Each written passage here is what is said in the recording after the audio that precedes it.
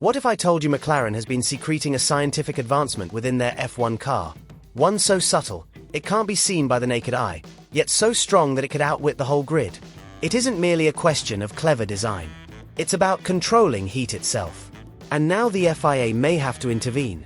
Hello and welcome back to the channel, where we've got all the newest controversy, innovation, and off-camera drama from the Formula One paddock. In today's video, we take a deep dive into McLaren's masterful and potentially dodgy brake cooling approach, which has raised some very serious questions around the paddock. Is McLaren testing the boundaries of legality? Or have they simply out-engineered everyone else with some kind of genius tyre management strategy? McLaren has recently found itself in a remarkably thrilling and somewhat contentious situation. The team has been accused of using a smart, perhaps even revolutionary, method to control tyre temperatures throughout the 2025 F1 campaign. Their tyre life extension and degradation management have been second to none, eliciting both admiration and suspicion. And now, with the spotlight heating up around the MCL39's brake system, the FIA might be compelled to act. At the heart of this controversy is a cooling technology that might revolutionize how we think about brake heat transfer, and it uses something called PCM, or phase-changing materials. Right from the start of the season, McLaren's tyre performance has been exceptional. When the other teams grappled with overheating and blistering, McLaren excelled, cooling their tyres, keeping them consistent and competitive. Christian Horner, Red Bull's team principal, drew even more attention to the issue when he highlighted unusual cold patches on McLaren's tyres, as captured using thermal imaging. Initially, the paddock theorized McLaren was somehow employing water in its tyres, a ridiculous notion that Pirelli quickly dispelled. The tyre manufacturer emphasized, there's no legal or physical means of injecting water into the tyre valves. But even with the water theory eliminated, those cold spots were still visible, and McLaren's performance continued to raise suspicions. In a tongue-in-cheek turn of events, McLaren CEO Zak Brown arrived in Miami with a water bottle containing tyre water, smirking over the accusations. To most observers, the stunt sent a stern message. McLaren wasn't bothered. If anything, they seemed certain their technology was firmly inside the regulations. Behind the smirk, however, came a scientifically based theory more plausible than just sarcasm: the application of phase-changing material, or PCMs. So, what are PCMs, then? Simply put, phase-changing materials are chemicals that take up and give off large quantities of heat as they change from one physical state to another, e.g., from solid to liquid, or from liquid to solid. As it does this phase change, the material has a constant temperature, so it can control heat passively and effectively. In a Formula One application, that implies that PCMs can take up the searing heat that is produced through braking, heat that would otherwise be transferred via the wheel assembly and into the tyres. With brake discs often reaching temperatures of more than 1000 degrees Celsius, that heat can rapidly degrade tyre performance. But if a team can break this transfer, perhaps with a PCM embedded in or around the brake assembly, they can significantly cut down on how much of that heat makes it to the tyre. This would not only increase tyre life, but it would also make grip more consistent over a stint. And if McLaren has actually carried out this idea, it could account for their advantage in tyre management. Interestingly, the use of PCMs in Formula One is not a new idea.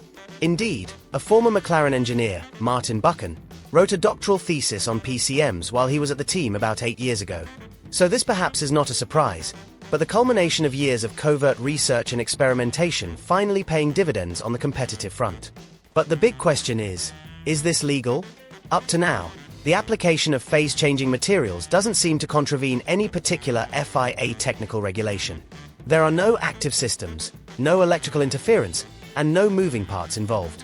To all appearances, the PCMs are being used for a passive thermal application, much like conventional heat shielding or cooling ducts. But legality in Formula One isn't solely dependent on what is printed in the rulebook. It's also a matter of interpretation, intention, and justice. This is, after all, the same sport in which rear and front wings have ignited regulatory action in mid-season, even after clearing initial FIA testing. A prime example is McLaren's 2024 Baku Grand Prix rear wing. It had cleared all tests, but when video showed excessive flex and a possible mini DRS loop, the FIA acted and altered the sporting code. That same reasoning could be used here. Now, with the MCL39 displaying great speed and reliability, scrutiny is mounting. McLaren isn't only quick, they're reliable, astute, and appear to be out-designing their opponents with little fuss. Their developments go beyond the brakes.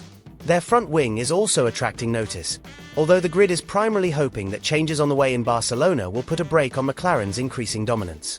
Until that point, however, the spotlight remains firmly on their brake system. And with phase-changing materials now at the center of the debate, competitors are calling for explanation.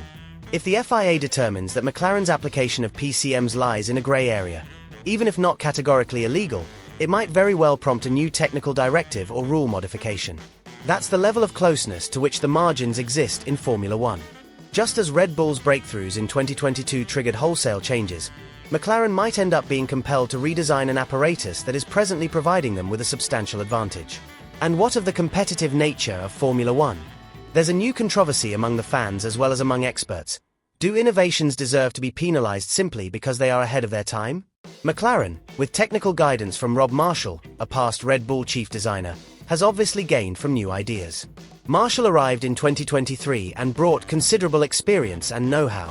There is a suspicion that McLaren's improvement is no accident, but the consequence of Rob Marshall finally being given freedom to implement ideas that perhaps got lost under Red Bull's strict hierarchy. It's also interesting to note that a lot of the criticism of McLaren is being handed down from Red Bull's direction. Christian Horner has been quick to fan the flames, implying that McLaren's actions are worthy of further examination. But McLaren team principal Andrea Stella is not having it. In a recent release, Stella shot back at Red Bull and told them not to play the victim. He told us, quote, "Red Bull are very good at building quick cars.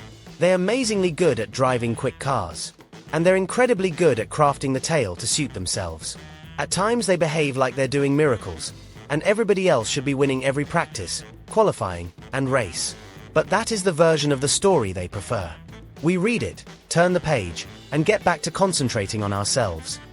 That is, McLaren is not merely playing defense, they're accusing Red Bull of hypocrisy. However, the pressure continues to build.